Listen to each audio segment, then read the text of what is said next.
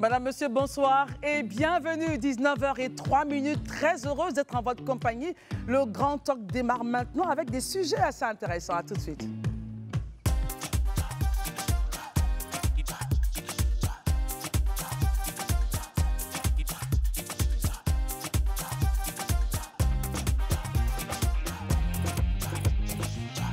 Merci d'être avec nous. Aujourd'hui, donc, jeudi, nous avons une actualité assez croustillante. Nos amis sont là. Barry, bonsoir. Bonsoir Christelle, merci d'être là. Merci. Hervé Atta qui nous rejoint aujourd'hui comme chroniqueur. Bonsoir, merci d'être là. Bonsoir Christelle. Élisée Boloubeu. Bonsoir Christelle, bonsoir chers téléspectateurs. Bonsoir Daouda. Bonsoir Christelle, bonsoir à tous et surtout bonsoir chez vous. J'espère en tout cas que vous allez bien. Chaque mercredi en quinzaine, une personnalité du RHDP prendra rendez-vous avec la presse pour évoquer des points saillants de l'actualité nationale et internationale. Au cours de cette séance inaugurale, justement, qui a été l'invité? Il s'agissait donc du porte-parole principal du RHDP, Monsieur le ministre d'État, ministre de l'Agriculture, du Développement rural et des productions vivrières. Il a passé donc en revue l'intervention du chef de l'État qu'il a eu donc à nous donner devant le Congrès. C'était le 18 juin 2024. On va donc analyser, décrypter les propos du porte-parole principal du RHDP. Daouda, j'aimerais commencer par vous. Déjà, de façon globale, comment est-ce que vous avez trouvé l'intervention du porte-parole principal à ce premier rendez-vous du RHDP? Bon, je pense que ça a été une intervention, pour ma part, assez sobre, dans la mesure où nous avons eu la chance sur ce plateau d'avoir le scoop par le biais du ministre Touré Mamadou. Tout à fait. Qui avait dit qu'ils allaient lancer les... C'était le mercredi qu'il disait ça ici. Le mercredi, qu'ils allaient lancer le mercredi du RHDP. Pour eux, moi je comprends le lancement de cette rubrique-là. Pourquoi?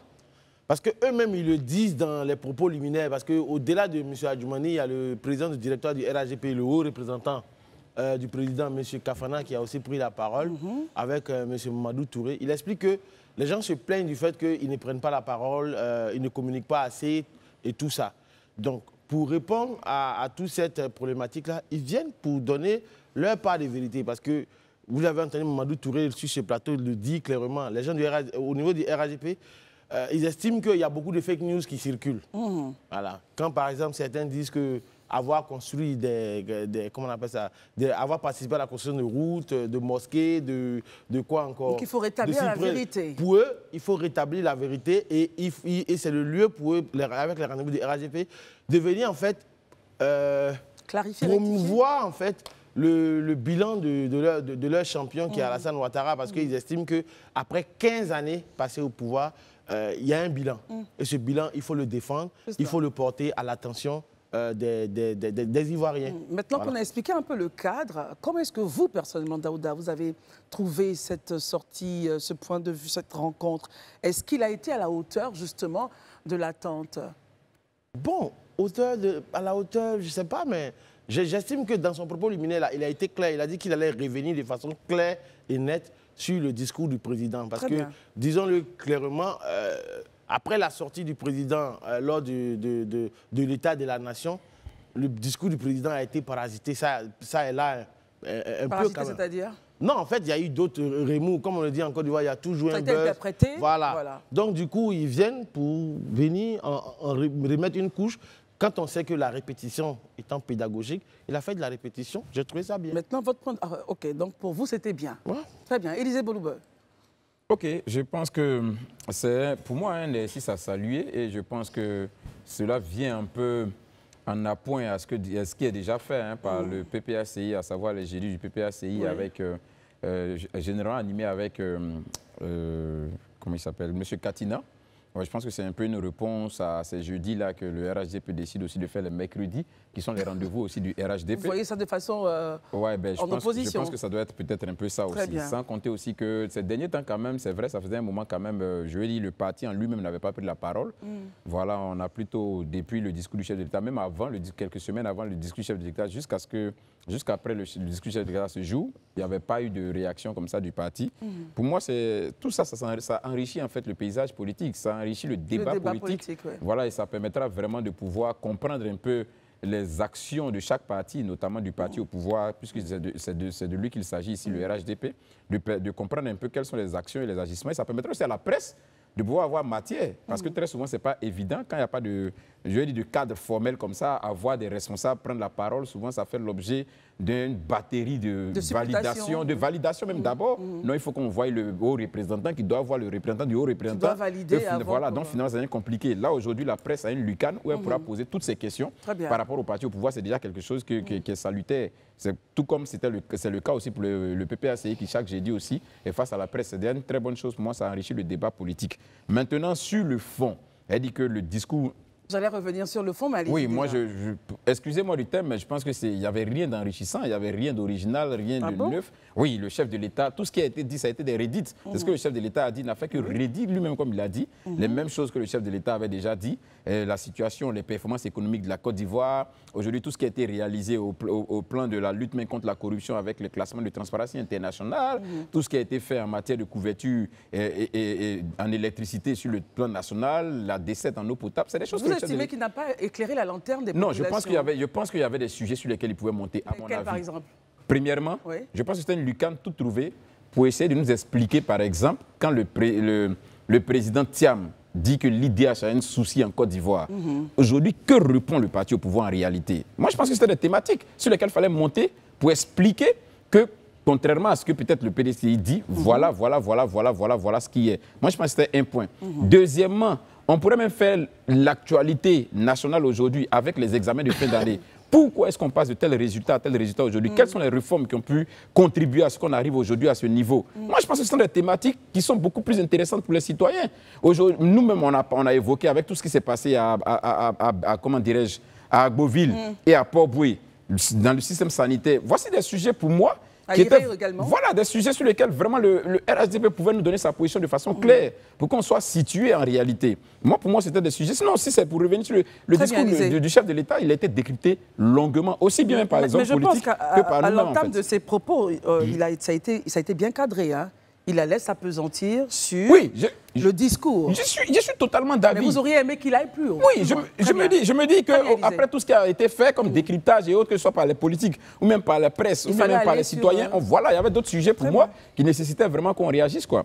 Maintenant, bon, ils sont libres de choisir ce qu'ils veulent, mais c'est mon point de vue. Oui, et on le respecte. Hervé Atta, le fond, la forme. Déjà, l'idée de faire donc, les rendez-vous du RHDP, comment est-ce que vous le voyez, cette tribune de communication, l'effet donc d'éclairer la lanterne des populations, et ensuite dans le fond? Bien, merci. Dans la forme, je crois que c'est stratégique. On a à quelques 15-16 mois des élections.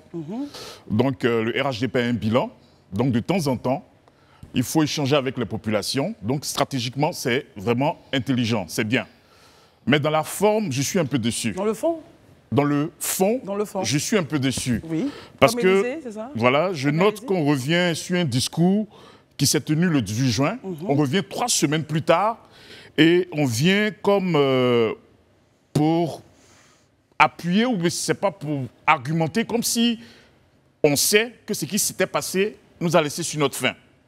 On a l'impression qu'on vient justifier quelque chose. On n'avait pas besoin de revenir sur le discours du chef de l'État. Je crois que les Ivoiriens attendent mieux que ça. On a des challenges, il y a des réalités. Il y a ce qui s'est passé à Iré la dernière fois. Il y a, comment on appelle, la cherté de l'électricité. Il y a la cherté de la vie. On a besoin d'actes concrets. On n'a pas besoin de venir s'appesantir sur un discours vieux de 3 semaines. On n'en a pas besoin, excusez-moi. C'est une mauvaise sortie? Honnêtement. Je pense que le porte-parole a fait une mauvaise sortie. Il a fait une sortie de route. Parce qu'un discours qui est vieux de 3 semaines, je ne vois pas l'utilité de s'appesantir là-dessus. Très bien. Barry, votre point de vue, est-ce que vous allez dans le sens de Hervé Atta et Élysée, où vous dites c'était quand même bien d'éclairer la lanterne des populations sur le discours du chef de l'État qui, pour certains, c'était bien, pour d'autres, bon, on attendait plus. Votre réaction, Barry? Dans la forme, je salue l'initiative parce qu'en démocratie, on a besoin de communiquer sur les actions, surtout lorsqu'on est représentant du parti au pouvoir ou de l'État. C'est normal. Le PPACI a lancé sa tribune depuis un bon moment. Le PDCI aussi, de plus en plus, ils prennent la parole. Tout ça, ça y va de la santé de la démocratie, en fait. C'est ça. Voilà, donc sur la forme, c'est ce que je peux dire. Dans le fond, comme ils l'ont rappelé, moi, je suis un peu déçu parce que j'ai cru entendre le président Ouattara sans sa présence. Voilà, c'est vrai que c'est son droit de revenir sur ce que le président a fait, mais je l'attendais plus, moi, spécifiquement, c'est sur les produits vivriers. Voilà, c'est le ministre de l'Agriculture. Donc, je l'attendais un peu sur... Mais il intervenait là en tant que porte-parole. Voilà, porte-parole, mais je dis qu'il peut toucher la thématique, vu que c'est son département. On suppose que c'est le département qui maîtrise le mieux parce que c'est son champ d'action. Mais globalement, je n'ai pas été satisfait à ce niveau-là. Maintenant, autre chose, j'ai senti dans la posture du ministre une volonté de répondre à ses adversaires. C'est-à-dire? Voilà, vous savez très bien que depuis un bon moment, il y a le PDCI qui communique sur un certain nombre de choses. Quand le ministre dit, par exemple, il y a des forces occultes qui tentent de nous tirer par le bas, c'est du Adjoumani tout craché. Comment est-ce que vous comprenez cette repartie-là, justement, les forces occultes, et quelles sont-elles selon vous? C'est un tir sur l'opposition, ça c'est clair. Mais est-ce qu'il en avait besoin? Tout à l'heure, il y a le cas de Iré qui a été évoqué. On en a débattu ici. Je pense que dans la cité, beaucoup de personnes indexaient le parti au pouvoir. Je pense que cette tribune-là était une occasion idoine pour le ministre de communiquer sur ça. Si il ne se reconnaissent pas, il dit clairement que le RHDP ne se reconnaît ni de près ni de loin à cette situation, mais il ne l'a pas évoqué. Je ne sais pas pourquoi. C'est son droit. Donc, grosso modo, la forme, je salue, mais le fond, il y a beaucoup de choses à faire. Il faut rappeler aussi que c'est une première. Et toute première, il y a toujours, comme on le dit, l'échauffement. On espère que les prochaines sorties seront plus cadrées. Très bien. Alors, Barry, vous disiez, parce qu'il faut mettre les choses dans leur contexte, il s'exprimait justement, le porte-parole principal du RHDP, en disant « Il y a des forces occultes qui tentent de nous tirer vers le bas. Nous sommes conscients que pour certains opposants politiques, la mauvaise foi est la sœur jumelle du jeu politique. Même si Abidjan devient plus belle que New York, ils vous rétorqueront pourquoi Bandoukou ou Mankono n'est pas plus jolie que Londres ou Paris. » Donc, il estime que certains font preuve de mauvaise foi. Daouda, vous voulez la parole? Vous allez là-dessus? Non, en fait, je pense que la chute de Barry, parce que c'était ça l'entame de mes propos, justement. Parce que moi, je comprends peut-être je peux comprendre la frustration d'Élysée, de toi-même, Barry. Pas de frustration. Non, tu es resté sur ta faim quand même. Donc, il y a une petite frustration. C'est pas grave, je dis qu'il n'est pas frustré, on avance. Ils sont peut-être restés sur leur faim. Moi, je pars du principe que c'est une première. Et je pense que la première des choses d'abord, c'est que c'était le moment peut-être pour eux est solennel. Si vous avez vu, pour le lancement, il y avait le président du directoire qui était là. Il y avait le porte-parole principal et le porte-parole adjoint. Mais je pense que si on lit bien le document de façon, les différents discours, ce qu'ils disent, c'est qu'ils sont venus pour présenter le nouveau bébé à tout le monde. Les rendez-vous du RHDP. Les rendez-vous du RHDP. Donc pour moi, ce n'était pas le lieu de revenir sur certaines choses. Et après, il dit dans le texte, en quinzaine,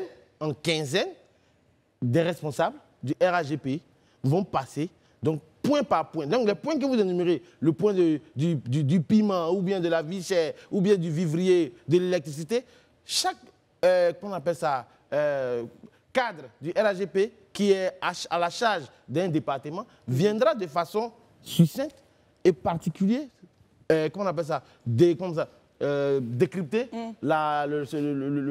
les discours de son administration. Donc, ne mettons pas trop la charrue avant les bœufs. Je peux comprendre la frustration, mais je pense qu'il faut les laisser au moins aller sur ce fond-là. En même temps, Daouda, sur le point du discours du 18 juin, qui date quand même de 3 semaines, alors, est-ce que vous comprenez le point d'Hervé qui dit est-ce qu'il n'y a pas de réalité chaude en ce moment? Une actualité qui pourrait permettre justement d'éclairer la lanterne des Ivoiriens, de les apaiser sur 2 ou 3 points, que de parler d'un discours qui s'est passé le 18 juin.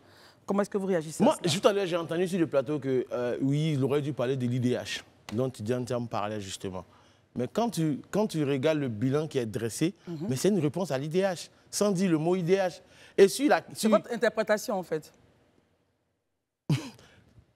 Puisque c'est possible. Quand vous posez des questions, voilà. Donc, quand moi je lis son discours, après avoir lu son discours, je comprends clairement, aisément qu'il répond à la question de l'IDH sans véritablement dire le nom pour dire IDH. Et sur la question de l'IDH, mais excusez-moi, le ministre Sanogo est sorti, il a fait une sortie dessus, il a expliqué aux uns aux autres qu'est-ce que c'est que l'IDH, quelle est la problématique, le biais, comment ils avaient utilisé quel terme là, l'erreur qui avait été commise sur la question. Donc, je suis surpris qu'encore on vienne parler encore de l'IDH ici. Et ils disent de façon claire et nette. Ne nous voilons pas la face. Toi-même, tu as dit les forces occultes qui nous tirent vers le bas. Mais c'est une réponse qu'ils donnent à quelqu'un sans le mentionner.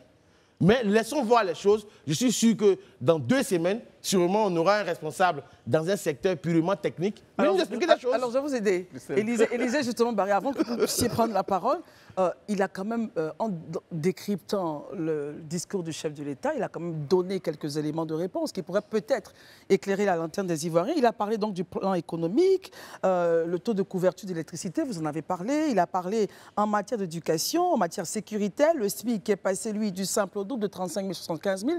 Est-ce que pour vous, le fait d'aborder encore ces points ne vient pas dire, attention, il y a des difficultés, des préoccupations, mais dans le discours du chef de l'État, on vous rappelle ce discours-là à vos mémoires parce que ce discours-là répond aux préoccupations des Ivoiriens. Élisée, vous commencez ensuite, Hervé. Moi, je veux juste rebondir sur ce que Daouda a dit. Il dit une chose, il dit son contraire. Ah bon?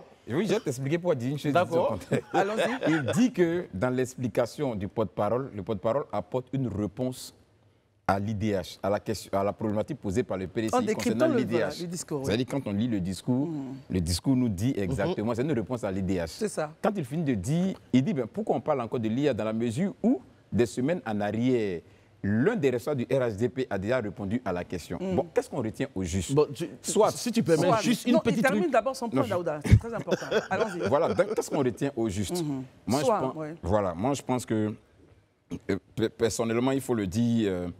revenir, moi je pense, revenir 3 semaines après, ou pratiquement presque un mois du discours du chef de l'État, revenir le décrypter, pour moi, ça fait perdre la quintessence même du poids de ce discours en réalité. Ah bon? Oui, ce poids de ce discours-là, on devait le décrypter juste au lendemain.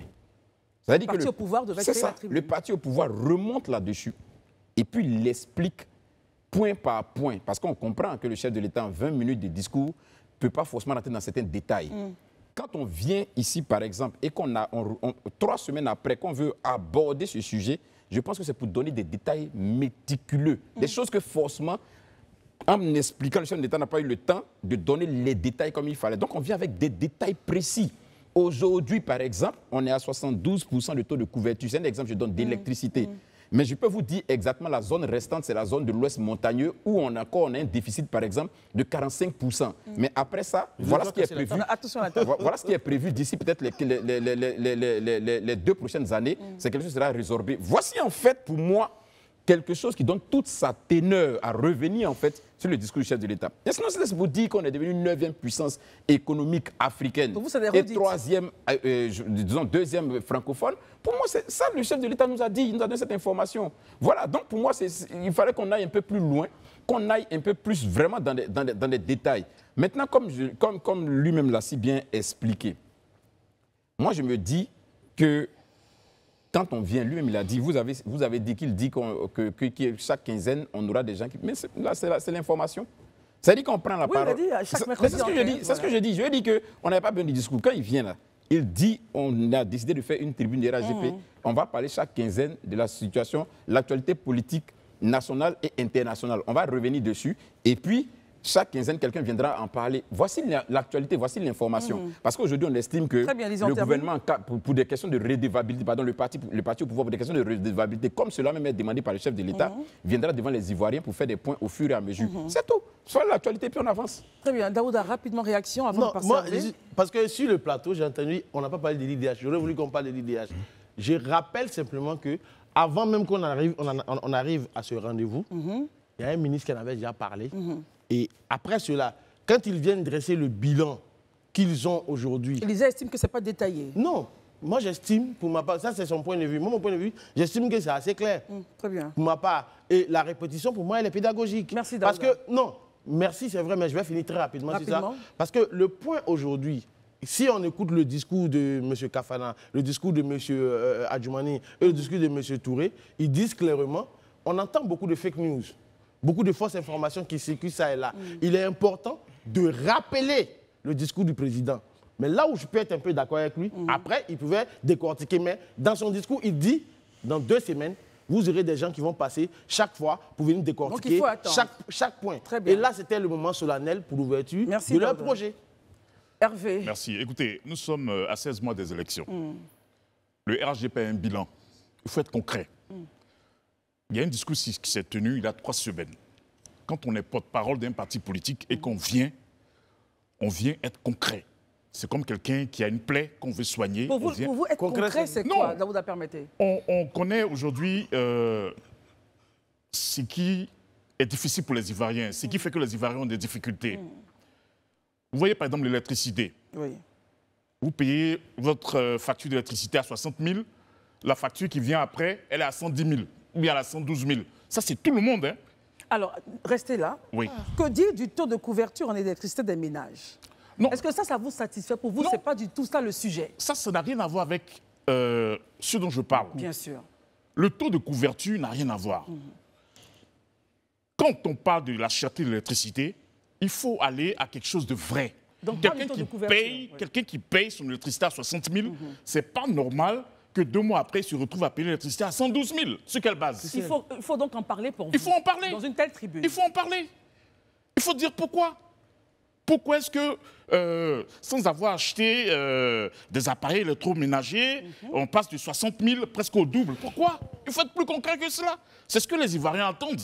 Maintenant, le taux de couverture. Moi, j'ai travaillé pour Zola, une compagnie d'électricité qui fait des panneaux solaires. Moi, je vais vous dire quelque chose. J'étais chef de zone à Daoukro. Je couvrais au moins 20 villages dans la zone. Tout ce qui est à l'intérieur, la plupart du temps, c'est des panneaux solaires. La plupart du temps. On peut rester à Abidjan et dire ce qu'on veut. Moi, j'étais chef de zone en 2017.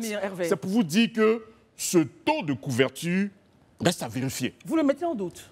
Moi, je mets ça en doute. Alors, le taux de couverture qui est passé de 33% en 2011 à plus de 86% à ce jour, vous le mettez en doute pour atteindre donc les 100% en 2025. Non, moi, je le mets en doute. Je le mets en doute. Sur quelle base? Non, parce que je sais qu'en 2017, quand j'étais chef de zone d'une compagnie d'électricité, avec EDF en particulier, on appelle en partenariat avec EDF, on faisait des couvertures avec les panneaux solaires pour la plupart des villes de l'intérieur, à 80-90% des villes. Donc moi, je ne peux pas comprendre qu'on vienne nous dire, quelques années après, qu'on a 86%. Alors, donc vous avez un document qui répertorie donc tout ce taux-là. De Daoukro jusqu'à San Pedro, on peut l'avoir. En passant par Soubré, tout et tout. On peut l'avoir. Exactement, c'est possible. Très bien. Donc vous vous dites, attention, ce taux-là, il faut encore vérifier. Il faut encore vérifier. Il faut encore vérifier. Un peu comme l'IDH, on nous a servi quelque chose il y a 3 semaines et puis après on est revenu pour nous dire qu'on s'est trompé. Il faut vérifier. Il faut vérifier. Très bien. Moi, je dis qu'on est à 16 mois des élections. Quand on parle, il faut être beaucoup plus concret que ça. Et il faut dire des choses justifiées, des choses avérées. Ça, c'est ma position. Avérées selon vous, qui vont être prouvées, jusqu'à ce qu'on puisse les prouver. Exactement. Écoutons Barry, ensuite on va écouter Élisée. Bon, moi, je suis un grand consommateur d'articles, donc ce sont les vivres qui m'intéressent. Donc, je note que le ministre, il n'est pas revenu sur la question de l'agriculture, pas en profondeur, je vais dire. Maintenant, les histoires de taux et de trucs, moi, je ne rentre pas là-dedans parce que je n'ai pas les éléments factuels. Mais ce que j'ai pu dire, c'est que quand on regarde cette conférence de presse, c'est comme si c'est une conférence de presse des réactions. Or, en communication, dans la compétition politique, celui qui attaque le premier est généralement le gagnant. Est-ce que la réaction le PDCI a jeté un pavé dans la mare par rapport à l'IDH. Oui. Vous ne pouvez pas me dire que M. Tidjane Thiam ne sait pas c'est quoi l'IDH. Mais quand tu as un adversaire politique en face de toi, qui exploite ce qui peut être sa faiblesse, s'il n'avait pas évoqué le cas, on ne saurait, je pense que le gouvernement même n'aurait même pas réagi.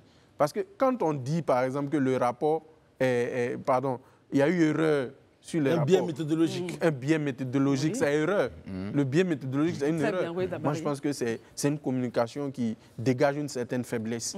Parce que l'État a tous les moyens de vérifier ces rapports. Je dis ça pourquoi, Christelle? Et on va terminer, je le dis pour que les gens puissent savoir que les acteurs politiques de l'opposition qui lancent des pics, qui ouvrent le débat sur la place publique, il ne faut pas forcément les caricaturer. Peut-être qu'ils sont ambitieux, ils veulent que leur pays soit à un certain niveau. C'est ça. Mais vous verrez que quand ils seront au pouvoir, la posture de communication va changer. Très bien, messieurs. Nous sommes à 19h28. Ah, Vous savez que je vous aime beaucoup. Mais ça nous n'allait pas devons- durer. Hein. Nous devons shifter à un autre sujet. Mais ce qui est sûr, vous avez émis vos différents points. Et je rappelle que nous étions en train justement de débriefer le premier rendez-vous du RHDP, donc du parti au pouvoir, qui a dressé un tableau satisfaisant de sa politique. Et l'invité n'était que le porte-parole principal, le ministre d'État, ministre de l'Agriculture, du Développement rural et des productions vivrières. Messieurs, parlons maintenant d'urbanisation, parlons maintenant de cette thématique. Est-ce que l'instauration de l'attestation de droit d'usage coutumier pose problème? Nous allons, pour en parler, recevoir M. Diallo Abdoulaye. Il est le directeur du domaine urbain du ministère de la Construction. Pendant qu'il s'avance, j'aimerais vous dire ceci. Il y a donc quelques semaines, donc le 28 juin 2024, 60 chefs hatchants du district d'Abidjan ont exprimé leur désaccord justement à l'instauration et à la mise en œuvre de cette attestation de droit coutumier d'usage. Qu'est-ce qui se passe? Nous en parlons maintenant avec, je le rappelle, M. Diallo Abdoulaye, directeur du domaine urbain du ministère de la Construction. L'instauration de l'attestation du droit d'usage coutumier pose-t-il problème? Bonsoir, monsieur le directeur. Merci d'être avec nous ce soir. L'attestation que vous avez positionnée aujourd'hui semble ne pas être acceptée par les chefs coutumiers qui se sont donc réunis en assemblée et qui dénoncent un peu donc ce document. Aujourd'hui, concrètement, est-ce que vous pouvez expliquer aux Ivoiriens de quoi s'agit-il avant que nous puissions poursuivre notre débat? Ce document, que représente-t-il aujourd'hui? D'accord. L'attestation de droit d'usage, c'est le document qui va prouver un lien entre une personne qui a des droits coutumiers sur une terre et ce terrain-là. Il a été proposé par le ministère en charge de la construction et de l'urbanisme pour remplacer les attestations villageoises telles que ça se pratiquait jusqu'à présent. Ce qu'il faut comprendre, c'est qu'en 2013, le gouvernement ivoirien a décidé de faire une réforme domaniale en profondeur afin de réduire les procédures d'obtention des titres de propriété et de supprimer les actes intermédiaires qui servaient jusque-là à faire des ACD. Avant, pour avoir un terrain, il fallait avoir une lettre d'attribution qui était délivrée par le ministre en charge de la construction à Abidjan ou bien par le corps préfectoral à l'intérieur du pays. Après la lettre d'attribution, il fallait faire une procédure domaniale pour avoir un arrêté de concession provisoire, qui était un titre provisoire, qui était l'étape pour pouvoir accéder à la pleine propriété à travers l'ACD ou bien le certificat de propriété. On a trouvé que tout ça, c'était long, complexe et fatigant pour nos populations. Donc en 2013, il a été décidé de supprimer tous ces actes intermédiaires et aller directement à l'ACD. Mais pour aller à l'ACD, il fallait s'appuyer sur un document. Il fallait partir d'un papier qui permettait d'établir un lien entre une personne et un terrain. Donc il a été décidé de partir de l'attestation villageoise en 2013. Donc on a pratiqué cela de 2013 jusqu'en 2023. Et on s'est rendu compte qu'il y a eu beaucoup de problèmes qui ont été causés par cela. Chaque village fabrique son attestation dans les quantités qu'ils veulent. Ouais, sur un terrain, bon, il arrive qu'on a 2 ou 3 attestations sur un terrain.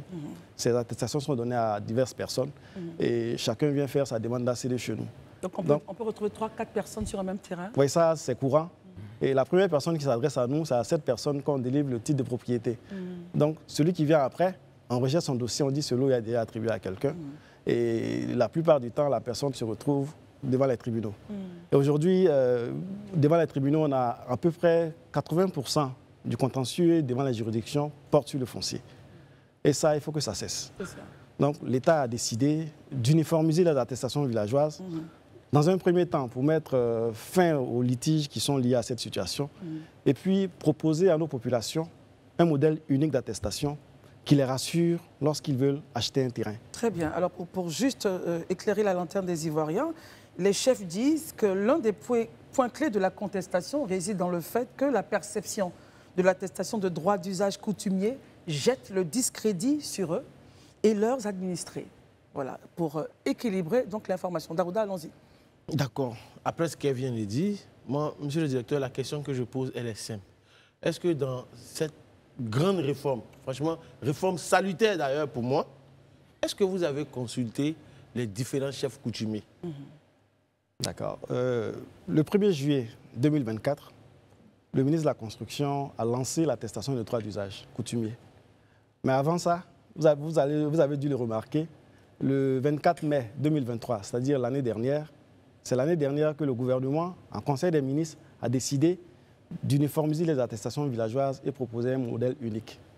Donc, pendant tout ce temps, il y a eu des ateliers auxquels on a invité certains chefs de village pour pouvoir... Certains. Certains, oui, certains. Lesquels, par exemple? Non, on ne va pas citer les noms ici. Non, c'est important parce que quand vous dites certains et que 60 chefs Hatian disent... Non, je viens là-dessus. C'est un atelier, on a fait plusieurs ateliers. D'accord. Tout ça rentre dans un cadre de réforme globale.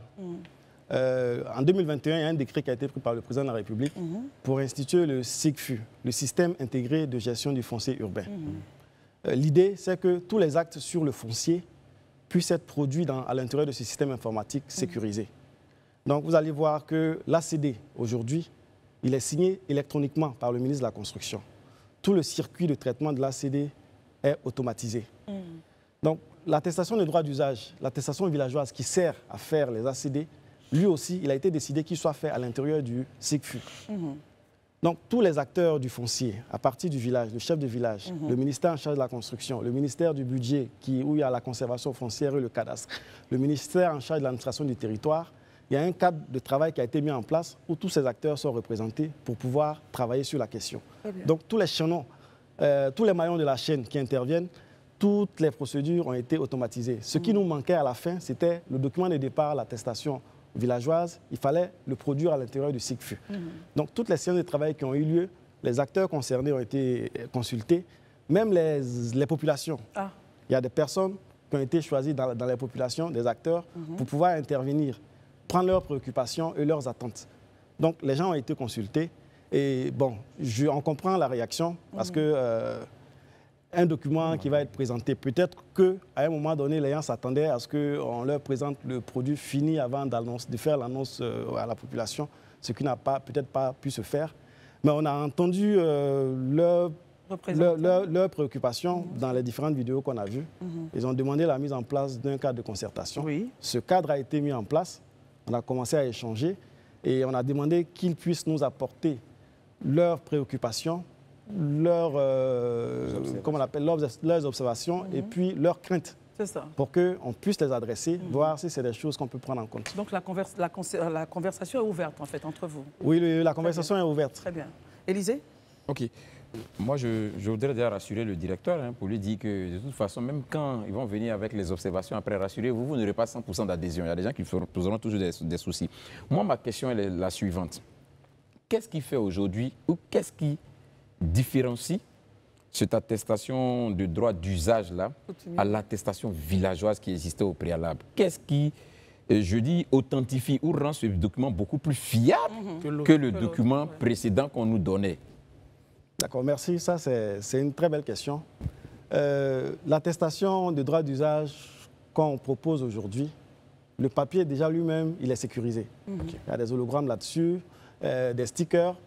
Il y a un QR code qui permet à n'importe quelle personne qui a un téléphone, et on le voit à l'antenne, de scanner le QR code et d'avoir l'authenticité des informations qui sont reliées à ces documents. Il y a des codes dessus, un code qu'on appelle l'identifiant unique du foncier en Côte d'Ivoire. Ce code, il est unique par parcelle. Ce code est reporté sur l'attestation. On peut aller sur notre site internet, chercher à mettre ce code et être sûr que ce document qu'on a en face est un document authentique et qu'il est encore valable. Parce que c'est ça aussi. Des gens peuvent avoir un document, ils vont faire plusieurs photocopies, alors que par derrière, ils ont vendu à des gens. Ah d'accord. Voilà. Donc justement, la vente à plusieurs personnes avec ce document... Non, ça va cesser, c'est fini. Très bien. Ça, écoutons rapidement Atta et puis... D'accord. Moi, je pense que l'idée est bonne, honnêtement, parce que dans le milieu, il y avait un peu de, excusez-moi du terme, un peu de n'importe quoi. Donc l'idée est bonne. On va mettre ça entre griffes. Entre griffes, voilà. Donc l'idée, elle est bonne. Mais moi, je pense que c'est en amont qu'on devait rencontrer les chefs coutumiers. En amont, pour recueillir leurs préoccupations. Avant de... Voilà. Parce qu'après, on fait machine arrière. C'est quand même l'État. On fait machine arrière, et puis maintenant, on vient... Non, moi, je pense que c'est en amont qu'on devait rencontrer les chefs coutumiers, recueillir leurs préoccupations avant de faire sortir... Voilà. Très bien. Il va répondre à cela. Bon, je l'ai dit tout à l'heure, les préoccupations ont été recueillies. Depuis 2021, on travaille là-dessus. Ce n'est pas seulement les chefs qu'on a consultés. On on a consulté aussi les usagers, comme on l'a dit. C'est-à-dire le citoyen lambda Qui achètent des terrains. qui achètent des terrains, Oui. on les a rencontrés, on a pris en charge leurs préoccupations. Je l'ai dit, il y a des chefs qu'on a convoqués, qui ont participé à des ateliers, là où les décisions ont été prises, tout le monde était présent. Ça, je peux vous rassurer. Donc pour ils cela. étaient informés. Bon, on ne peut pas dire qu'ils étaient tous informés, D'accord. mais il y a un échantillon quand même qui avait l'information. Barry, Monsieur le directeur, félicitations pour cette initiative. Généralement, ce qui bloque en Côte d'Ivoire, ce n'est pas la fiabilité des documents forcément, c'est le délai pour avoir le document. Aujourd'hui, vous en tant que directeur, si je vais pour les démarches, combien de temps peut se passer entre le début de mes démarches et l'attribution du document? D'accord. Avec la mise en œuvre de l'attestation de droit d'usage, il y a un gros travail qui a été fait en amont. en amont. Pour avoir ce document, la parcelle est déjà immatriculée. Ce qui se passe aujourd'hui, la grande réforme de fonds qu'il y a eu, c'est que quand on fait un lotissement, sur tous les lots qui comportent le lotissement, on crée tous les titres fonciers à la base. De sorte à ce que tout le temps qu'on passe pour avoir un ACD, tout le temps qu'on passe pour faire l'immatriculation des parcelles, il y a 2/3 du temps qui sera fait au moment de l'approbation du lotissement, avant même que les terrains soient mis sur le marché. De sorte à ce que quand quelqu'un a une attestation de droit d'usage qu'il achète un terrain, il vient à nos guichets avec l'attestation de droit d'usage et sa pièce d'identité. Et avec cette réforme, nous sommes capables de lui produire l'ACD en maximum 3 mois. 3 mois. Parce que toutes les procédures foncières ont été faites à la base, avant même la mise du terrain sur le marché. Très bien, messieurs, on va aller très rapidement. Mais très Jordan, rapidement. et puis ensuite Élisée. Monsieur le directeur, vous passerez mes admirations au ministre Bruno Koné pour cette réforme, parce qu'au moins, on n'aura pas à se retrouver, Barry et moi, et Élisée, sur le même terrain, où on peut trouver cette attestation et ça coûte combien? Bon, pour l'usager lambda, le coût de l'attestation de droit d'usage est transparent. Quelqu'un qui va acheter un terrain, Oui, le vendeur, il vous présente ce papier. Vous, c'est le terrain que vous achetez. oui. Le papier, vous ne l'achetez pas. C'est le lotisseur qui va supporter le coût de production du document. C'est juste le coût de production, C'est c'est pas combien, grand-chose. justement? Bon, pour l'instant, on ne donne pas de prix, mais c'est vraiment insignifiant par rapport à ce Monsieur le que ça directeur, sur apporte. ce point-là, soyez transparent. Non, mais c'est Non, ça. quand je dis je suis transparent, vous, l'usager lambda, vous partez Je suis acheter- propriétaire terrien Très aussi. bien, c'est pas grave. Non, le propriétaire terrien, on lui donne son attestation Oui, en tant maintenant, que purge de ses droits lui coutumiers. est payé. C'est tout. Lui ne paye pas. C'est C'est juste celui qui vend. l'opérateur technique. Non, celui qui suit les opérations techniques de lotissement. Très bien, c'est celui-là. Ça n'intéresse pas les populations. Ce qui intéresse la population, c'est d'acheter un terrain sûr. Voilà. On peut avoir une Bon, fourchette. d'accord. On va y Toute aller. dernière, Ok, voilà. allons-y, Ok, Élisée. tout à l'heure, le directeur en parlant a dit que lorsque vous avez votre attestation de droit d'usage, vous pouvez aussitôt engager la procédure d'ACD. Est-ce à dire que l'étape du dossier technique qui devait être fait par les géomètres experts saute du coup? Tout ça, ça a été fait en amont. Ok. D'accord. C'est-à-dire la parcelle est déjà titrée. Il y a déjà un titre foncier sur la parcelle lorsqu'il y a l'attestation de droit d'usage coutumier. Très bien. On a 2 minutes qu'on va partager entre Hervé et Barry. Allez-y, Bon, moi, Hervé. je pense que c'est assez satisfaisant. On peut dire chapeau au ministre Koné, chapeau au ministère de la Construction, parce que comme je le disais tantôt, c'est quelque chose qui était difficile pour les Ivoiriens. À chaque fois qu'on veut acheter un terrain, on a l'impression qu'il faut aller se battre au tribunal avant d'avoir ce qu'on appelle l'ACD, c'est compliqué. Ou bien un terrain qui est vendu à plusieurs Et personnes. là, ce document sécurise en Voilà, fait. ça sécurise. Et donc, je pense que c'est bon, c'est bien. Maintenant, je pense que le process avec le chef coutumier, quand ça sera dégagé, bon, je crois que c'est bon, quoi. Très bien. Barry, vous terminez avec vous, on termine avec vous. Monsieur le directeur, maintenant, comment est-ce que vous allez gérer avec la colère de ces chefs-là qui se sont signalés? De ceux, par exemple, qui ne sont pas contents. Ceux qui ne sont pas contents, comment est-ce que vous allez gérer leur cas? Les discussions ont été déjà entamées. La semaine dernière, on les a reçus, on a échangé, on leur a expliqué le bien fondé. Et le cadre de concertation est mis en place. C'est ouvert. Oui, on est en train de discuter. On va trouver forcément un terrain d'entente. C'est nos partenaires. On va travailler main dans la main pour que nos concitoyens puissent avoir du foncier sécurisé. Mais déjà, vous rassurez les populations ivoiriennes que ceux ou celles qui tenteront de faire des achats de terrain auront donc tout ce qu'il faut, seront sécurisés pour éviter, comme ce que Hervé disait, de se retrouver au tribunal avec 15 personnes sur la même parcelle. D'accord. Pour nos concitoyens, désormais, lorsque vous voulez acheter un terrain, il faut avoir l'attestation de droit d'usage coutumier en face avant de s'engager là-dessus. Pour ceux qui ont déjà les anciennes attestations villageoises sur les anciens lotissements, ils ont jusqu'à fin décembre pour pouvoir engager leur demande d'ACD. Ah, d'accord. Voilà. Mais ça pose une question. Allons-y, mais vraiment pour poser la question. Ceux qui sont à l'étranger, qui sont à l'étranger, peut-être ils attendent les vacances. Est-ce que c'est pas mieux de prolonger un peu? Oui, les vacances, c'est en août. Oui, mais bon, donc, il y en a qui travaillent, il faut penser à eux. Non, en août, les gens prennent les vacances. Ils ont tout le temps. Merci beaucoup, Monsieur Diallo Abdoulaye Daouda et Élysée. Monsieur Diallo Abdoulaye, merci d'être venu. Merci beaucoup. Vous êtes le directeur du domaine urbain du ministère de la Construction. Alors, nous parlions justement avec vous de l'instauration de l'attestation de droit d'usage coutumier. Ce qu'il faut retenir, c'est qu'un cadre de concertation est créé avec ceux qui ne sont pas très contents et les discussions évoluent. Exactement. Merci infiniment et nous restons disponibles. Merci d'être avec nous pour la seconde partie de ce temps d'antenne. Notre focus ira donc vers la CEI. Nous recevons justement pour parler avec le deuxième vice-président de la CEI, M. Alain Dogou. La thématique, c'est la suivante. Quel processus et quelle organisation optimale? Monsieur le vice-président, bonsoir. Bonsoir, madame. Merci d'être avec nous. Merci. Comment est-ce que vous vous préparez pour donner à la Côte d'Ivoire des élections justes, crédibles et transparente en 2025. Merci madame, merci à votre télévision de nous offrir cet espace pour échanger avec les Ivoiriens. Effectivement, relativement à la loi qui nous crée, nous avons l'obligation d'organiser des élections de manière périodique en Côte d'Ivoire. Et nous venons de finir un cycle électoral avec les élections municipales, régionales et sénatoriales en 2023. Nous commençons bientôt un nouveau cycle électoral et qui va débuter très bientôt, fin septembre, par l'organisation de l'actualisation de la liste électorale. Et pour cela, nous avons commencé depuis le 1er juillet jusqu'au 10 juillet une mission de sensibilisation de tous les Ivoiriens, de telle sorte que les gens s'apprêtent à avoir les pièces qu'il faut pour se rendre dans les lieux d'enrôlement. Et nous avons profité de toutes ces missions de sensibilisation sur tout le territoire ivoirien pour dire aux Ivoiriens que les élections doivent nous conduire à la paix et que les élections sont organisées de manière périodique pour que tous les Ivoiriens qui ont l'âge de voter aillent choisir leurs représentants à l'élection présidentielle, doivent choisir les députés, doivent choisir les maires. Et cela passe par l'inscription sur la liste électorale. Donc les élections devraient pouvoir nous apporter la paix, doivent permettre de faire perdurer la paix. Et depuis un moment, on a constaté que dès qu'on parle d'élections, les gens commencent à avoir peur. Comme si les élections devaient nous conduire à la guerre. Au contraire, les élections sont vraiment un moyen pour pérenniser la paix.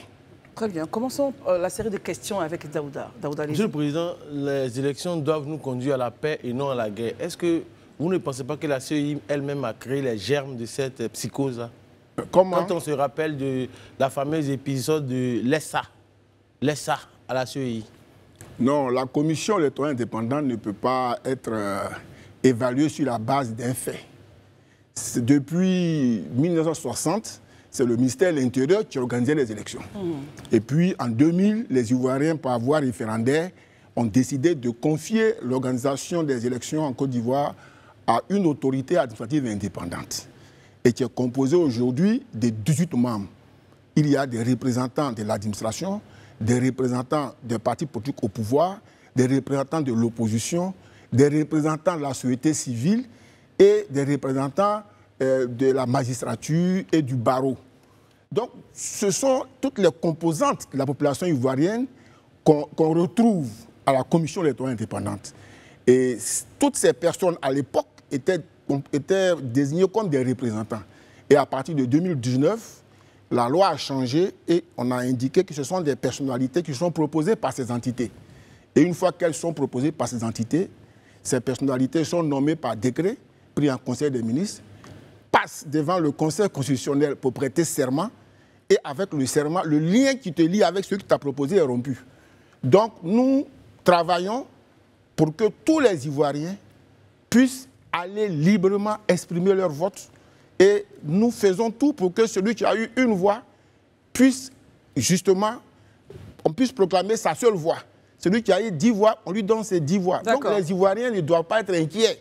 La commission électorale doit plutôt rassurer les Ivoiriens parce qu'elle compose toutes les entités. En même temps, monsieur le vice-président, comme le disait Daouda, vous avez cité, donc donné les profils des membres qui composent donc cette commission-là, mais pourtant elle est décriée. Certains estiment qu'elle n'est pas indépendante. Et vous vous dites, elle est la représentation du peuple ivoirien.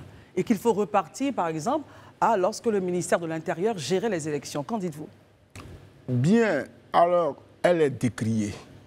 Mais elle est décriée et ce n'est pas nouveau. Pourquoi? Vous savez, quand la commission a été créée en 2001, elle était composée de 25 membres. Puis, en 2014, elle est passée à 30e membre. Non, en 2004, elle est passée à 30e membre. En 2014, elle a été ramenée à 16 membres. En 2019, elle est passée à 15 membres. On y a mis en 2014 un représentant des organisations musulmanes. L'actuel imam Diakité, qui est le président du COSIM, il a été pendant 5 ans membre de la commission électorale indépendante. L'abbé Boni Martial, pendant 5 ans, il a représenté les confessions religieuses catholiques. Mais après, en 2019, on a décidé de les sortir, de diminuer les partis politiques, d'augmenter la société civile. Tout ça pour rassurer. Et malgré ça, les gens continuent d'avoir peur. Donc, il y a peut-être une question de diagnostic qui se fait. Est-ce que ce n'est pas... est-ce que c'est la commission qui fait peur ou bien ce n'est pas la représentation que chacun se fait par rapport à l'idée qu'il a d'une commission électorale? Ça aussi, il y a une interrogation qu'il faut... Est-ce que ce n'est pas la commission qui fait peur ou ça dépend de l'idée que les populations ont de la commission? Absolument. Mais ce n'est pas en Côte d'Ivoire seulement. Et je vais vous donner un cas précis. Je suis allé à Abuja il y a 5 ans pour une réunion des présidents des commissions électorales. Et puis, il y avait un président d'une commission électorale d'Afrique australe qui était mon voisin. Mais monsieur de certain âge, il avait 76 ans, 77 ans. Et je lui demande, mais monsieur, s'il vous plaît, dans votre pays, est-ce que la commission est aussi décriée comme la nôtre? Il m'a dit, mais jeune frère, ne vous en faites pas. J'ai dit, mais pourquoi? Chez nous, en Côte d'Ivoire, elle est tout le temps décriée. Il m'a dit, non, c'est la même chose chez nous. Quand nous avons organisé les élections législatives, le parti au pouvoir a gagné.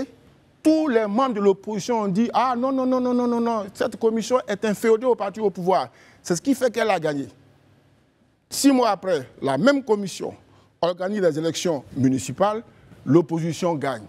Le parti au pouvoir dit « Ah oui, mais c'est normal, la commission est composée des gens dont les camarades sont de l'opposition. » Donc vous ne serez jamais satisfait. Donc quand vous avez gagné l'élection, c'est parce que vous êtes fort. Parce que la commission n'est pas forte, hein, mais c'est vous qui avez été élu. Mais quand vous perdez, c'est la commission électorale. C'est la même chose dans tous les pays d'Afrique de l'Ouest et dans tous les pays d'Afrique. Mais nous travaillons de manière transparente et nous sommes sûrs que nous proclamons vainqueur celui qui effectivement a obtenu le plus grand nombre de suffrages. Écoutons Élisée Boloubé pour sa question. Président de la CEI, est-ce que vous pouvez nous donner la composition exacte aujourd'hui des 19 membres qui composent l'institution en termes de proportion? Combien pour le parti au pouvoir, combien pour l'opposition et les partis éventuellement qui composent l'opposition et combien pour la société civile?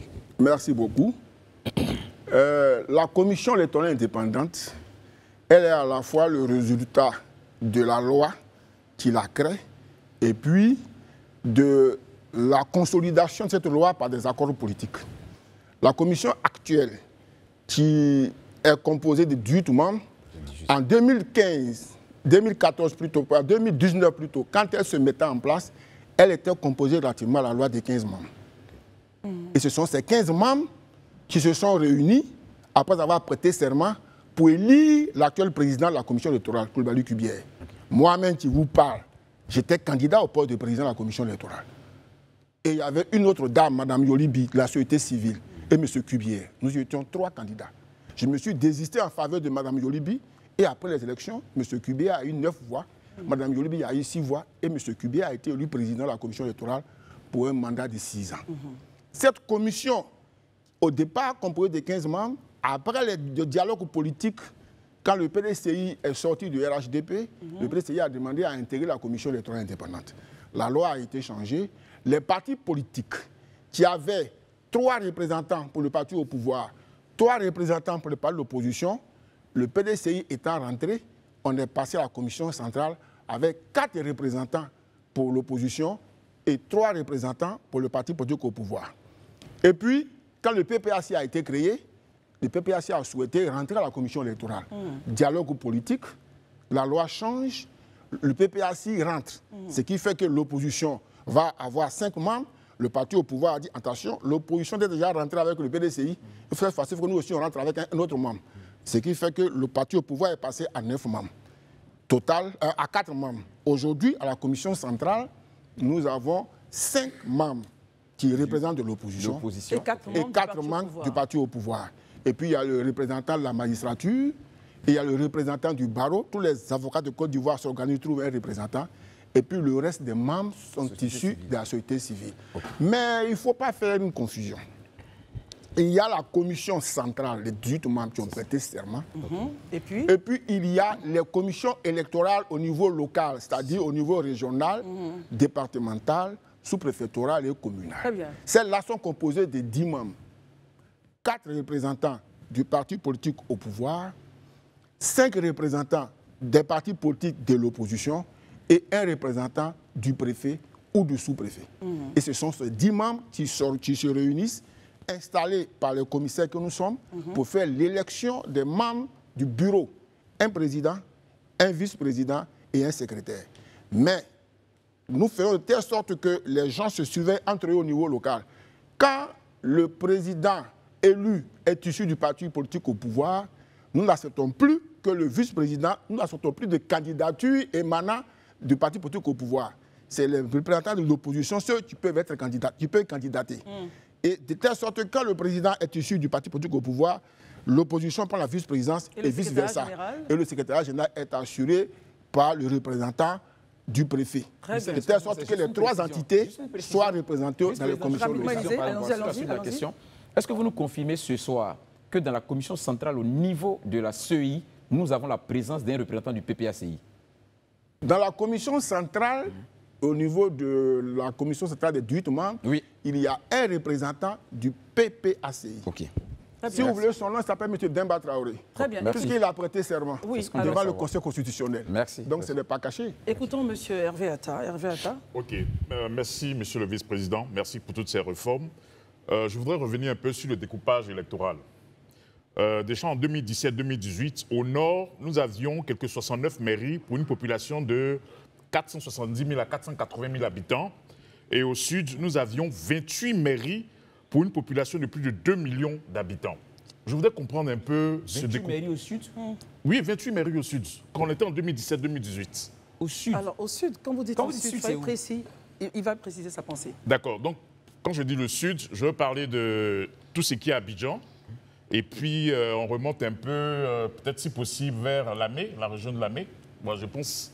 Mais en tout cas, mes chiffres sont bien clairs là-dessus. Et vos chiffres datent de quand? 2017-2018. 28 mairies pour une population d'autour de 2 millions et quelques d'habitants. Et puis, au nord, 69 mairies pour une population de quelques 470 000 habitants. Au niveau du découpage, je sais que l'opposition est plusieurs fois revenue là-dessus, sur le problème du découpage électoral. Monsieur le vice-président. On va l'écouter. Bien, il y a une clarification à faire. D'abord, sur les chiffres, je n'ai pas à me prononcer parce que je ne maîtrise pas bien ce dont il parle par rapport au nord et au sud. C'est ça. Cela dit, il ne faut pas confondre dans les attributions de la CEI le découpage des circonscriptions électorales en vue des élections législatives et puis la création des communes qui relèvent du pouvoir exécutif. Les attributions de la CEI indiquent clairement qu'il revient à la CEI de proposer au gouvernement un découpage, un projet de découpage des circonscriptions électorales. Et ce projet doit tenir compte de 2 choses. La première des choses, c'est qu'il faut que le projet tienne compte du découpage administratif. Deuxièmement, il faut que le découpage tienne compte de la population. De telle sorte qu'à la fin, il n'y ait pas au Parlement des populations qui soient surreprésentées ou des localités qui soient surreprésentées ou des localités qui soient sous-représentées. Donc nous, ce que nous faisons, nous établissons un pourcentage population 55%, superficie 25%, nombre de localités 20%, et nous trouvons un coefficient qui nous permet d'affecter à chaque département un député. Ça nous permet de savoir quels sont les députés le nombre de députés par circonscription. Mais nous proposons au gouvernement un projet de découpage des circonscriptions électorales pour les législatives. C'est une proposition. Le gouvernement n'a pas compétence liée.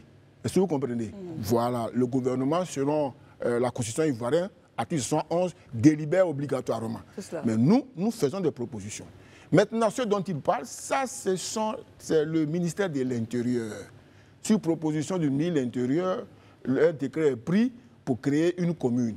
On peut ériger un village en commune, on peut ériger une sous-préfecture en commune, mais dès que la commune est créée par le décret, nous, commission électorale, nous avons l'obligation de faire élire des conseillers municipaux. Est-ce que vous comprenez? On n'a pas à se prononcer sur l'opportunité ou les critères de découpage, de création d'une commune. Ça relève du pouvoir exécutif qui trouve un moyen de voir comment encadrer les populations pour améliorer le développement et accroître leur espérance de vie. Hervé Attah? Oui, je crois que Barry? Monsieur le vice-président, vous avez évoqué tout à l'heure le fait que la CEI est visée par les acteurs politiques en compétition. Justement, est-ce que ce n'est pas parce que les politiques sont au sein de la commission qu'il y a tout ce tollé? Est-ce qu'on peut être acteur politique siégé dans la commission électorale et se départir de l'étiquette politique dans la représentation des Ivoiriens? Ça, c'est une question qui ne devrait pas être adressée au commissaire que je suis. Pourquoi, monsieur Parce que le le commissaire n'est pas celui qui fait la loi. Le commissaire de la CEI, une fois qu'il est proposé par l'entité à laquelle il appartient, est nommé, prête serment, et puis exécute la Constitution en ce qui concerne l'élection, exécute le code électoral, exécute tous les textes qui organisent le scrutin. Est-ce que vous comprenez? Donc, lorsque le texte est pris, il n'est pas là. Mais ce que je voulais... Dans l'application, il semble qu'il y a des remontées d'informations. Ce que je vais dire, je suis un acteur vivant de la Commission électorale indépendante. Allez-y, monsieur le vice-président. Lorsque la loi a été créée en 2001 pour la première fois, pour créer la Commission électorale indépendante, j'ai eu l'avantage ou l'opportunité, à l'époque, j'étais directeur de cabinet du ministre de l'Intérieur. Donc j'étais assis à la droite du ministre quand il présentait le projet de loi au Parlement. Mais la proposition de loi qui est arrivée au Parlement disait qu'il fallait avoir des représentants de la société civile. 2 représentants de la société civile.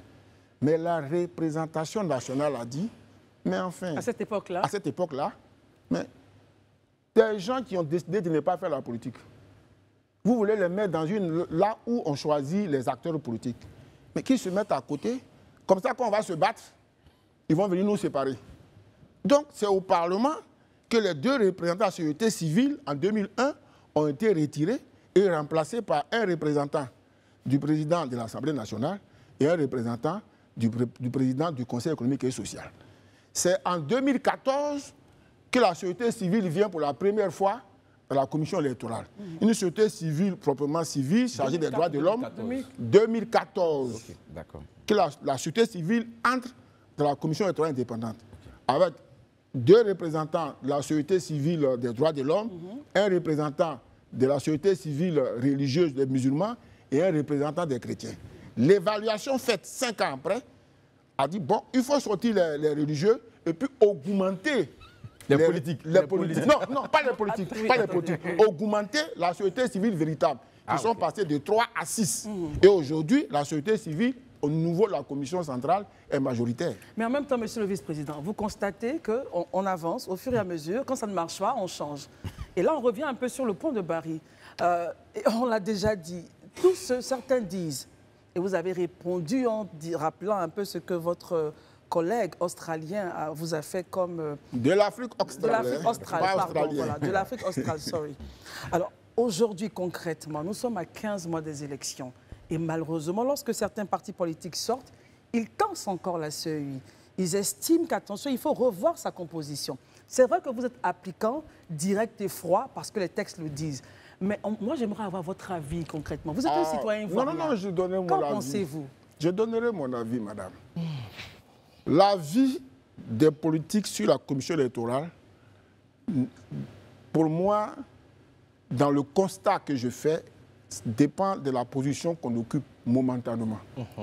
Nous, on a des exemples vivants. Très bien. Lorsque un parti politique aujourd'hui dans l'opposition était avec le parti politique au pouvoir, déclaration d'un des premiers responsables de ce parti, au moment où l'opposition disait que cette commission était déséquilibrée, le monsieur déclarait « C'est la commission la plus équilibrée que la Côte d'Ivoire a eue depuis 2001 ». On se souvient tous de la phrase. 6 mois après, son parti politique quitte. L'opposition? Non, quitte pouvoir. le pouvoir. Oui, oui. La même personne déclare « C'est la commission la plus déséquilibrée que la Côte d'Ivoire ait depuis 2001 ». Donc pour vous au total? Non, non, non. Donc la même personne, en fonction de sa posture Du moment. juge et jauge la position en fonction de ses intérêts personnels. Est-ce que vous comprenez? Mais la commission électorale, c'est la même. Qui organise les élections et qui vous déclare vainqueur ou qui vous déclare vaincu selon le nombre de voix que vous avez obtenu. Mais mieux, madame, la loi qui crée la CEI, les politiques se sont battus en Côte d'Ivoire pour mettre dans cette loi des éléments qui leur donnent des garanties. Aujourd'hui, en Côte d'Ivoire, tout parti politique, dès que nous finissons la révision de la liste électorale, nous remettons obligatoirement une copie électronique de la liste électorale à chaque parti politique pour que le parti aille auditer cette liste et venir nous voir pour nous dire voici ce que nous avons retrouvé dans cette liste comme élément de dysfonctionnement. En outre, dans le jour du scrutin, chaque parti politique ou chaque candidat se fait représenter dans le bureau de vote. Enfin, on lui remet à son représentant un procès verbal auto-carboné, de telle sorte que quand on a écrit Dogou une fois sur la première page, sur les 9 autres pages, c'est le même Dogou qui apparaît. Et c'est ce procès verbal qui est remis à la CEI centrale, qui est remis à la CEI régionale, qui va au Conseil d'État pour les élections municipales régionales, qui va au Conseil constitutionnel. Quand vous calculez vous-même, parce qu'à la fin c'est de l'arithmétique, hein, 1 plus 1, quand vous calculez vous-même que vous avez 28 voix, que la CEI vous a accordé 28 voix, vous ne faites pas faire un point de presse pour dire on m'a volé. Très bien. Est-ce que vous comprenez? Donc il y a des garanties que la loi offre à tous les candidats. On a eu votre point de vue personnel en tant que citoyen ivoirien. C'est en fonction de la position qu'on occupe pour le moment. Daouda, Élysée, ensuite Hervé. Monsieur le Président, moi je suis très inquiet. Très inquiet. Pourquoi est-ce que je le dis? Nous sommes en 2010, on est autour de 22 millions. On est en 2010. Nous étions en 2010. Nous étions en 2010, voilà. Si vous le voulez, je vais parler comme vous. Nous étions en 2010, on était autour de un peu plus de 22 millions d'habitants pour un corpus électoral de à peu près un peu plus de 6 millions d'habitants. C'est ça. 6 millions d'électeurs. 6 millions d'électeurs, merci, C'est c'est ça. sa précision. 14 ans après, nous sommes à 30 millions d'habitants selon le RGPH. Et le corpus électoral n'a augmenté que de 2 millions, on est à peu près à 8 millions. Monsieur le Président, qu'est-ce qui ne va pas pour qu'aujourd'hui, ces 30 millions d'habitants, ou je dirais peut-être 20 millions ou bien 25 millions d'Ivoiriens, ne s'inscrivent pas sur la liste? Est-ce que vous faites le job pour que les gens s'inscrivent? Merci beaucoup. Vous avez corrigé vous-même 30 millions d'habitants. Oui. Ce n'est pas 30 millions d'électeurs. Bien sûr. Il faut, pour être électeur, il faut être ivoirien et puis avoir 18 ans. Mais pour s'inscrire, la loi portant code électoral dit l'ivoirien âgé de 18 ans, muni d'une carte nationale d'identité, peut s'inscrire dans la circonscription électorale de son choix. Donc, il n'y a pas une obligation d'inscription. La commission électorale fait la sensibilisation elle-même, délègue cette sensibilisation aux associations de la société civile, rencontre les préfets et sous-préfets, invite tous les chefs de village, les chefs de communautés ethniques et religieuses, et nous leur disons, voici, nous allons faire l'enrôlement des Ivoiriens pendant 1 mois. Nous ouvrons tous les 11 000 lieux qu'il y a en Côte d'Ivoire pendant 1 mois et nous demandons à ceux qui remplissent les conditions de venir. En 2016, nous avons ouvert pendant 3 semaines 11 000 lieux de vote. 5 000 lieux pendant 1 mois ont eu 0 inscrits. 2800 lieux ont eu entre 1 et 5 inscrits. D'où la question de Daouda. Est-ce que vous comprenez? Dans l'établissement scolaire de Marcory, où je suis superviseur, le lieu d'enrôlement se trouve au sein de cet établissement. Je vais voir le chef d'établissement, il y a 952 personnes, 952 étudiants qui ont plus de 18 ans et il y a 4 seulement qui sont sur la liste électorale. Je passe des salles de classe en salle de classe. La question, c'est le pourquoi. Allez vous inscrire. Oui, on a compris. Après une quinzaine, ils sont venus. En Côte d'Ivoire, ce qui est obligatoire, c'est l'école. Et les mêmes statistiques disent, chaque année, il y a 2 millions d'enfants qui ont 6 ans. L'école est obligatoire. Que fait maintenant le ministre de l'Éducation nationale? Elle ouvre pendant une semaine toutes les classes de CP1. 600 000 inscrits. Est-ce que vous comprenez? Voilà. Où sont les 1 500 000 autres qui ne viennent pas s'inscrire? Donc c'est la faute au peuple. Donc la question, on doit s'interroger. Ce qui n'est pas obligatoire, même les gens ne viennent pas. Ce qui n'est pas obligatoire, c'est la commission électorale, les élections, ils ne viennent pas. Ce qui est obligatoire, ils ne viennent pas. Mais nous, notre rôle, est-ce que nous faisons tout pour que celui qui a 18 ans, qui a sa pièce d'identité, puisse venir quand on ouvre la robe? Actuellement, vous allez voir les guichets de l'ONESI, il n'y a pas assez d'affluence. Mais dès qu'on va commencer en septembre pour dire nous allons commencer l'enrôlement dans une semaine, des points de presse se feront, nos militants n'ont pas de pièces. Or, l'Ivoirien, ce n'est pas parce qu'il y a une élection qu'on fait établir une CNI. Vous avez l'obligation de vous faire établir la carte sur l'identité. Monsieur le Président, est-ce qu'à votre sein là-bas, vous avez mené un diagnostic pour dire voici pourquoi ils ne s'inscrivent pas et voici ce que nous comptons faire pour qu'ils aillent s'inscrire au moins un peu? On a fait des études, on nous a dit que en fait, la grande proportion de ceux qui ne viennent pas, ce sont les jeunes qui doivent, ce dont je parlais. Et on nous a dit qu'ils sont sur les réseaux sociaux. Ils sont... Donc nous avons aujourd'hui un compte TikTok, nous avons un compte Facebook, nous avons un compte Twitter. Nous essayons d'animer tout ça pour retrouver les potentiels électeurs là où ils doivent être. Très bien. On va écouter Élisée. Sur ce point, on retient que la CEI fait son travail et que, bon, chacun devrait faire son travail. Voilà, très bien. Élisée, allons-y. Okay. Il nous reste 2 minutes. Ok, je voudrais revenir rapidement sur une préoccupation que relève très souvent l'opposition et qui, pour moi, quand même, mérite qu'on s'y attarde un peu. C'est la question de l'audit de la liste électorale.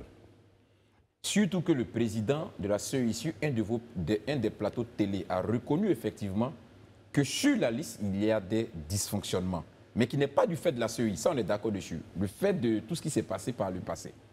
Mais est-ce qu'aujourd'hui la CEI n'entrevoit pas effectivement d'entendre ce que l'opposition dit et soumettre cette liste-là à un audit? Pour qu'on puisse une bonne fois pour toutes avoir une liste qui soit une liste fiable, consensuelle, acceptée de tous et qu'on nous épargne vraiment des suspicions qui à mon sens sont souvent inutiles. Quel est l'objectif de l'audit de la liste électorale? L'objectif de l'audit, c'est déjà de relever des dysfonctionnements qui sont sur de la liste. Et puis extirper justement ces dysfonctionnements afin d'avoir une liste qui soit fiable. Je pense que c'est l'objectif. Mais le code électoral lui-même, pour nous, commission électorale indépendante, on a d'abord par principe rien contre l'audit d'une liste. Okay. Mais le code électoral lui-même prévoit, et je vous ai dit, d'auditer la liste à chaque moment. Ça veut dire quoi? C'est-à-dire? Ça veut dire que quand vous venez vous faire enrôler, les gens, il faut respecter les conditions pour se faire inscrire. C'est ça. Quand vous ne respectez pas ces conditions, le code électoral dit tout Ivoirien déjà peut demander la radiation de la personne qui est inscrite parce qu'elle n'aime pas les conditions. Ça c'est au moment de l'inscription. Deuxième élément, quand on publie la liste électorale provisoire, tout Ivoirien peut venir demander la radiation de celui qui n'a pas le droit d'être inscrit sur la liste électorale. Troisième élément, il y a des recours judiciaires qui peuvent se faire. Sinon, l'audit de la liste électorale. Mais la liste électorale, tout à l'heure on l'a dit, c'est comme la CEI. Elle est le résultat des différents accords politiques. Il y a des gens qui sont sur la liste électorale qui n'ont jamais eu de carte nationale d'identité. Parce que en 2008-2009, il fallait avoir un extrait de naissance. Et puis après, il y a des gens qui n'ont que le certificat de nationalité qui sont dessus. Donc, qu'est-ce qu'on recherche? Si les gens veulent vraiment une liste électorale sans problème, mais ils peuvent nous dire il faut passer à la refonte de la liste électorale. C'est-à-dire, on fait table rase sur cette liste qui existe, et puis on reprend à zéro. Une nouvelle liste. Très bien. On reprend à zéro. À ce moment, vous n'aurez aucun mort sur la liste, vous n'aurez que des vivants, ou vous n'aurez que des gens qui ont les pièces. Mais vous demandez... Est-ce que la CEI entend ça? On termine. Oui, mais la CEI l'envisage? Oui, mais la CEI ne peut pas l'envisager parce que cela est encadré par la loi. Okay. Qui dit, pour qu'il y ait reconstitution de la liste électorale, il faut qu'il y ait détérioration de cette liste. Il faut que la liste là soit détruite. Et comme elle n'est pas détruite, les conditions pour que nous, CEI, on initie une refonte ou une reconstitution n'existent pas. C'est le dialogue politique qui peut dire, bon, comme nous décrions cette liste, nous n'en voulons plus, CEI, reprenez à zéro. Nous, on reprend à zéro parce que nous, on ne fait qu'exécuter la loi. Vous êtes otage des politiques. Non, on n'est pas otage des politiques. Nous sommes des garants du respect scrupuleux des dispositions pertinentes de la loi qui nous crée et du code électoral et de la constitution ivoirienne. Merci beaucoup. Nous sommes à l'approche donc de ces élections. On parle de 15 mois. Donc ces genres de plateaux vont se répéter justement pour encore éclairer la lanterne des Ivoiriens parce qu'il y a beaucoup de choses à dire, beaucoup de questions. Malheureusement, encadrées par le temps, nous devons nous arrêter. Merci infiniment, monsieur Alain Dogou. Vous êtes le deuxième vice-président de la CEI. Avec vous, on a parlé donc du processus électoral en Côte d'Ivoire. Merci infiniment. Je vous remercie, madame. Hervé Atta, Barry, Élisée, Daouda, merci. Merci à tout le monde, à toutes ces équipes-là qui travaillent d'arrache-pied pour que nous ayons ce plateau. On se retrouvera donc demain pour la dernière de la semaine. D'ici là, portez-vous bien. Les programmes continuent sur Live TV. Bonsoir.